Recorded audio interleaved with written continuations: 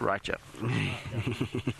So VM was asking me where it is, thinking that it was quite far away, but it's very, very close. Is that better, VM? Is my mic better? There we go. Okay, that's good. So there's our Senegal lapwing still sitting on the eggs. So these eggs must still be there. The bird would never sit there if there was no eggs in place. And so it's down because it's a cold, sort of windy morning, and it means that those eggs will be losing temperature very quickly. So they need to be down on it and sitting on it and making sure that they stay nice and warm and keep that temperature up, and that these eggs eventually then will obviously hatch and be okay. So that's good news. At least one nest survived the night by the looks of things. The other nest, maybe, like I say, maybe they've hatched and moved off, but there's no sign of the eggs themselves where they've hatched or any sort of bits of the shell. So I don't think so. I think something must have eaten them.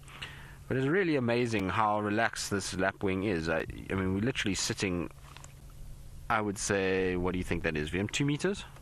2 meters from this little lapwing, and it is not flinching at all.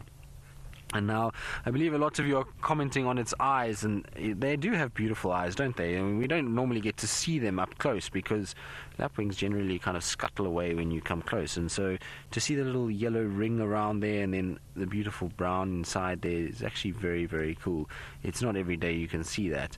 You can also see on the beak itself that this bird has been feeding this morning. And so there's lots of sand particles on that beak, and that's because these guys are going to be going after termites and various other things. And when you have a bit of rain like we had, I would imagine that the termites might be out and about building just after the rain, trying to use that soft soil to extend their mounds. And so this bird maybe has been digging around termite mounds, trying to grab those termites and ants that will be moving in these areas. So very cool to see. The fact that we can get that much detail off the beak alone is just absolutely wonderful.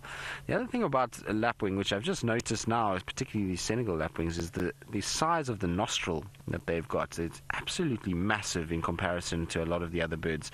Most birds just have a small little dot on their beak that is their nostril, but you can see this bird has got a massive long slit that goes along there, and I wonder why they would need such a big nostril.